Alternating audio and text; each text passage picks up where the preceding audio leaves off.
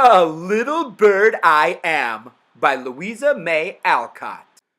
A little bird I am, shut from the fields of air, and in my cage I sit and sing to him who placed me there. Well pleased a prisoner to be, because my God it pleases thee. Naught have I else to do, I sing the whole day long, and he whom most I love to please doth listen to my song. He caught and bound my wandering wing, but still he bends to hear me sing. Thank you for listening.